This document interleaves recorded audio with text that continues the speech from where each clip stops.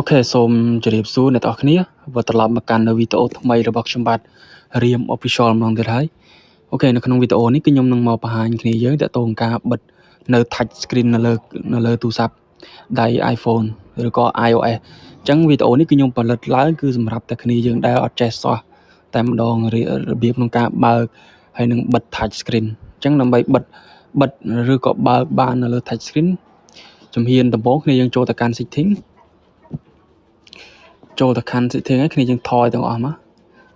នេះថយទាំងអស់រហូតមកពេលដែលគ្នាយើងចូលមកគឺលោតនៅក្នុងផ្ទាំងអេក្រង់នៅលើទូរស័ព្ទគឺបែបហ្នឹងអញ្ចឹងដើម្បីបិទឬក៏បើកនៅ touch screen នេះគ្នាយើងអាចធ្វើបានអញ្ចឹងគ្នាយើងអូស scroll មកខាងក្រោមមករហូតមករកមើលពាក្យថា accessibility នេះពាក្យហ្នឹងណាអញ្ចឹងចុចវាមកពណ៌មកបន្ទាប់មកទៀតគ្នាយើងមើល scroll មើលខាងក្រោមនេះមានពាក្យមួយគេដាក់ touch រូបមនុស្សច្អល់ដៃអញ្ចឹងចុចលើ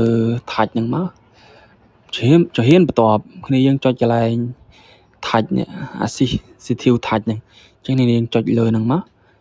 ហើយគ្នាយើងបិទអញ្ចឹងបិទវាបាត់អញ្ចឹងវាអត់ញ៉ៃញ៉ាញនៅលើអេក្រង់ទេបើសិនបើសម្រាប់គ្នាយើងចង់បើកវាគ្នាយើងគ្រាន់តែចុចប៊ូតុងបើកមកគឺវាលោតមកធម្មតាវិញ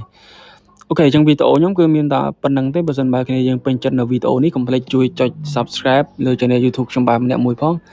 ហើយនឹងដាក់រូបកណ្ដឹងដើម្បីទទួលបានចំណេះដឹងនិងមេរៀនថ្មីទៀតទាក់ទងនឹងបច្ចេកវិទ្យាទាក់ទងនឹងការកាត់តវីដេអូទាក់ទងនឹងការ design ហើយលើ Channel នេះខ្ញុំនឹងអាប់មេរៀនបន្តទៀត